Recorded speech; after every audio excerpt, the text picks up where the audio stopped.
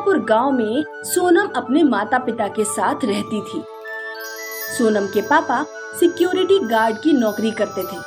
शाम को सोनम के पापा साइकिल पर थैला टांग कर लौटते तो सोनम दौड़ते हुए जाती और साइकिल से थैला उतार लेती। पापा, आज क्या चीज लाए हो? तू इतनी बड़ी हो गई और आज भी सबसे पहले थैले में चीज चेक करती है। आज मैं बेसन के लड्डू लेकर आया हूँ। लड्डू बाद में खा लेना, पहले बर्तन धो ले। धो लूंगी माँ, तुम तो हमेशा काम के पीछे पड़ी रहती हो। सोनम पापा के साथ सुबह सुबह पार्क में टहलने जाती थी। बेटा, ये सवाल तो मुझे पूछना चाहिए कि तुम बड़ी होकर क्या बनना चाहती हो, और तुम्हें जवाब देना चाहिए। पापा, मैं अपने करियर को लेकर बहुत कंफ्यूज रहती हूँ। बेटा, करियर में कंफ्यूजन बहुत सारे स्टूडेंट्स को होता है, लेकिन धीरे धीरे तुम्हें अपनी मंजिल का पता लग जाएगा। उसी समय दुनिया में प्लेग महामारी फैलती है। गांव के लोग बेफिक्र होकर अपनी जिंदगी जी रहे थे। सोनम के पापा ड्यूटी करने शहर जाते थे। दुर्भाग्य से वो प्लेग की चपेट में आ जाते हैं। सरकार का एक आदमी सोनम के घर आकर कहता है, मिस्टर राधेश्याम का घर यही है? हाँ। आपके पति प्लेग की चपेट में आ गए हैं, अस्पताल में भर्ती हैं। किसी को उनसे मिलने की इजाजत नहीं है।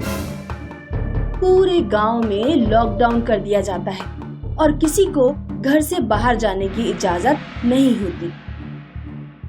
माँ, पिताजी कब घर आएंगे? आ जाएंगे बेटा। एक दिन एक सरकारी आदमी सोनम की पिता की साइकिल देने घर आता है। मुझे बहुत अफसोस के साथ कहना पड़ रहा है कि राधे श्याम जी अब इस दुनिया में नहीं रहे। ये लीजिए उनकी साइकिल और थैला।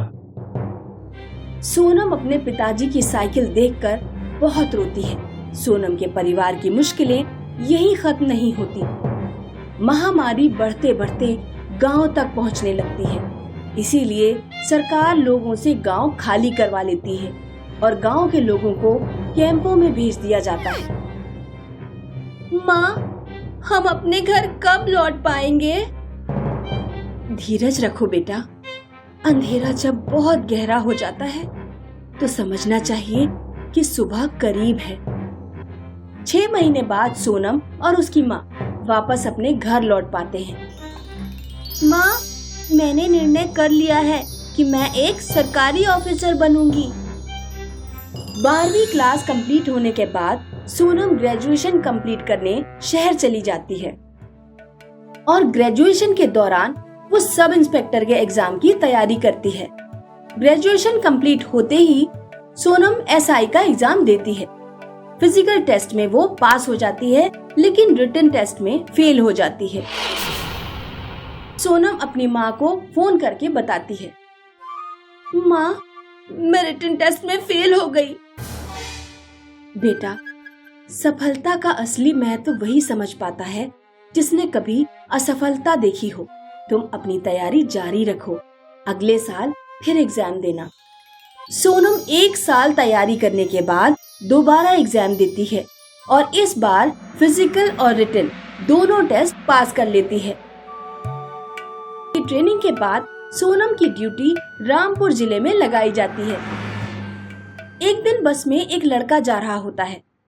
बस अचानक से रुकती है तो लड़का लड़की के ऊपर गिर पड़ता है। तेरी इतनी हिम्मत, तूने मुझे छुआ? नहीं, मैंने जानबूझकर ऐसा नहीं किया, बस में झटका लगने के कारण ऐसा हुआ। लड़की लड़के की कोई बात नहीं सुनती। पूरी बस में चिल्ला चिल्ला कर कहने लगती है, इस लड़के ने खुलेआम मुझे छेड़ा है। बस में मौजूद लोग लड़के की पिटाई करने लगते हैं। सोनम की ड्यूटी उसी रोड पर होती है। सोनम तुरंत बस के अंदर जाती है और लड़के को बचाती है। अब अगर किसी ने इसे हाथ लगाया तो वो जेल में होगा। लेकिन उसने मुझे छेड़ा है। मैंने कुछ नहीं किया, बस में झटका लगने की वजह से ये सब हुआ। चाहे लड़के की गलती हो या ना हो, लेकिन इस तरह भीड़ को किसी को भी पीटने का अधिकार नहीं है। हम तो इसे यहीं पीटेंगे। जिसकी हिम्मत है वो आगे आए। सीसीटीवी कैमरे की रिपोर्ट निकाली जाती है। वो लड़का निर्दोष पाया जाता है। अखबारों में सोनम की बहुत तारीफ निकलती है और सोनम लेडी दबंग ऑफिसर के रूप में फेमस हो जाती है। कुछ दिनों बाद दुनिया में कोविड-20 का एक वायरस फैल जाता है। वायरस सांस के द्वारा एक दूसरे में फैल रहा था। पूरे देश में लॉकडाउन कर दिया जाता है और किसी को भी घर से बाहर निकलने की इजाजत नहीं होती। मैडम प्लीज मेरी हेल्प करिए। मेरी बहन प्रेग्नेंट है, उसकी डिलीवरी होने वाली है, घर पर कोई नहीं है। सोनम तुरंत उस लड़की के साथ जाती है और उसकी दीदी को हॉस्पिटल तक पहुंचाती है। हॉस्पिटल से लौटते समय सोनम देखती है कि कुछ लोग एक औरत के पीछे डंडा लेकर पड़े हुए हैं। अरे ये क्या कर रहे हो तुम लोग? मुझ में वायरस नहीं है। सोनम उस औरत को अस्पताल लेकर जाती है। औरत की जांच करवाती है। औरत में वायरस नहीं है। सोनम उस औरत को मोहल्ले में छोड़ने जाती है। इसमें वायरस नहीं है और अगर किसी में वायरस के लक्षण हैं, तो भी उसके साथ मारपीट करने का अधिकार किसी को नहीं है। लॉकडाउन खत्म होने के बाद सोनम को सरकार की तरफ से बेस्ट पुलिस ऑफिसर का अवार्ड मिलता है। मुझे तुम पर गर्व है बेटा। आज मैं महामारी के दौरान अच्छी तरह ड्यूटी निभा पाई क्योंकि मैंने खुद महामारी की पीड़ा झेली है। आज पिताजी होते तो बहुत खुश होते। गीता और सुनैना 10th क्लास में पढ़ते थे। दोनों में अच्छी दोस्ती थी। दोनों क्लास में खूब मौज मस्ती किया करते। गीता बताओ, राजू गोज टू स्कूल का पास्ट टेंस क्या होगा? नहीं पता। बेटा तुम तो पढ़ाई में बहुत कमजोर हो। जब मैं तुम्हारी उम्र की थी तो मुझे टेंस, एक्टिव, पैसिव सब रटे हुए थे। आपको कोई अच्छा टीचर मिल गया होगा। सबकी किस्मत इतनी अच्छी नहीं होती मैडम।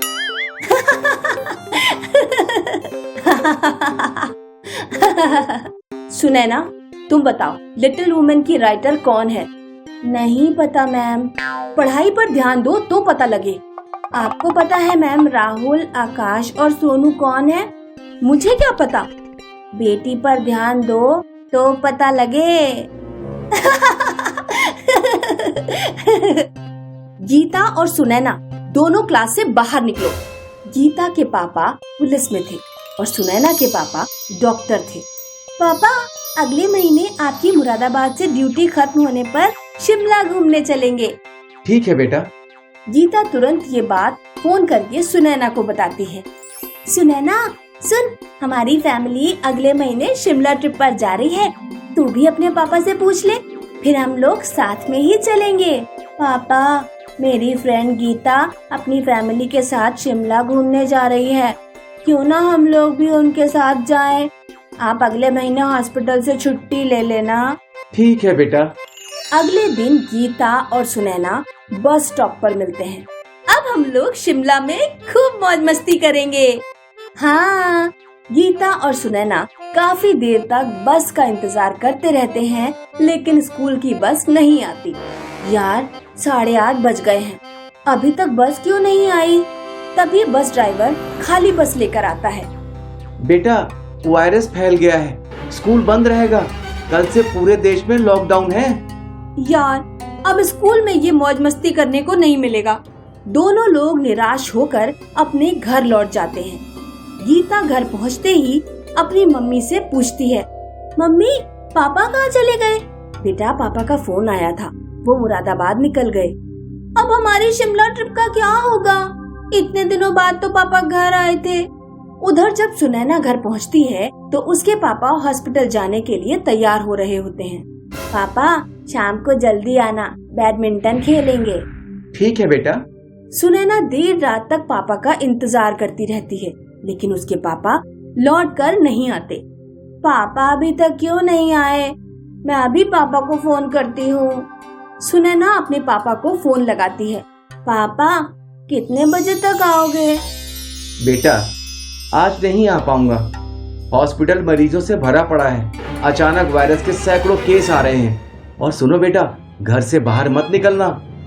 उधर गीता के पापा रोड पर निकलने वालों को समझा रहे होते हैं। भाई साहब, घर से बाहर मत निकलिए, मैं अपनी माँ की दवाई लेने जा रहा हूँ। ठीक है, तो मेडिकल से अपने लिए एक मास्क भी खरीदिएगा और बिना मास्क के यहाँ वहाँ मत जाइए। गीता के पापा के पास फोन आता है कि उन्हें दीनपुर मोहल्ले में 4 लोगों को पकड़ने जाना है जो विदेश से आए हैं। सरकार को उनमें वायरस होने का डर है।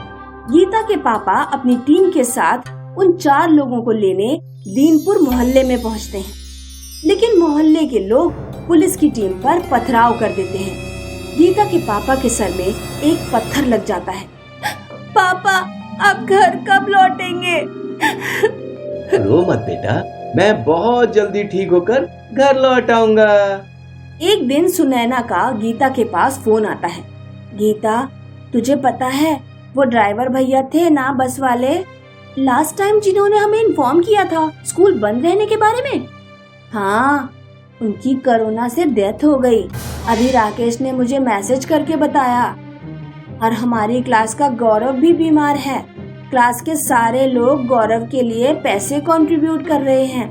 मैं तुम्हें अकाउंट नंबर सेंड कर दूंगी, तुम भी कंट्रीब्यूट जरूर करना। हाँ सुनैना, मैं कंट्रीब्यूट जरूर करूंगी। सुनैना के पापा दिन रात वायरस के मरीजों का इलाज करने में जुटे होते हैं। एक दिन सुनैना के पापा को खांसी आने लगती है। कहीं मरीजों का इलाज करते करते वायरस मेरे अंदर तो प्रवेश नहीं कर गया। सुनैना के पापा भी अपना टेस्ट कराते हैं, लेकिन रिपोर्ट नेगेटिव आती है। एक दिन सुनैना अपने पापा को फोन करती है। पापा, हमारे घर नन्हा मेहमान आने वाला है, माँ प्रेग्नेंट है। पापा प्लीज एक बार घर पर आ जाइए। सुनैना के पापा अपने परिवार से मिलने जाते हैं, लेकिन घर के अंदर नहीं घुसते। रोड के उस पार खड़े होकर ही हाय हेलो बोलते हैं और लौट जाते हैं। सुनैना आंखों में आंसू भरकर अपने पिताजी से बाय बाय बोलती है।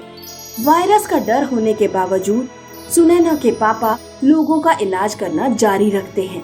उधर पुलिस फोर्स की कमी होने के कारण गीता के पापा सर पर पट्टी बांधकर भी अपनी ड्यूटी निभाते हैं।